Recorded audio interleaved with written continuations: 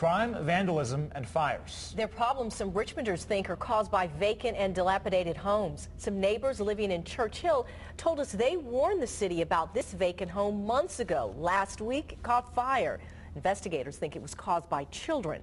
Tonight, someone is listening to neighbors' concerns. Katie Beck is in the studio now with an update. Well, Steph, this problem isn't limited to Church Hill. City leaders tell me there are over 2,000 vacant properties across the city. Many of them have been collecting code violations for years. And some say last week's fire ignited a conversation that's long overdue. Last Thursday's house fire may have only taken a half hour to contain, but the incident is still sparking anger and inflaming neighbors in the Church Hill community. Vacant houses like this here, anybody could do anything, crime, anything could be around. And something just need to be done about it. Investigators say the fire was started by local kids who were playing in the home that had sat dilapidated and vacant for more than 10 years.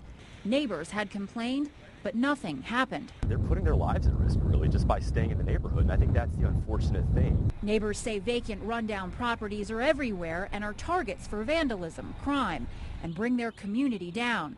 The owner of the burned home had collected 63 code violations from the city, but it wasn't enough fines to put a lien against it.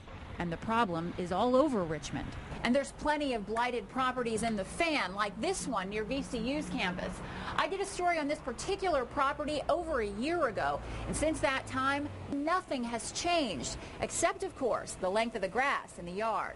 I think it's a very frustrating problem. Members of the Better Housing Coalition say they're meeting with state lawmakers next week to discuss stricter penalties for delinquent homeowners.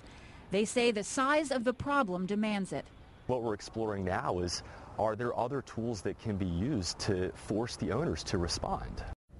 Now, Richmond City Council member Cynthia Newbill says she thinks the city should have more aggressive tools to deal with these owners. She says the topic is going to be one of 3 that she'll be taking up tonight at her town hall meeting at the East District Center. More from neighbors on this issue ahead at 6. Steph?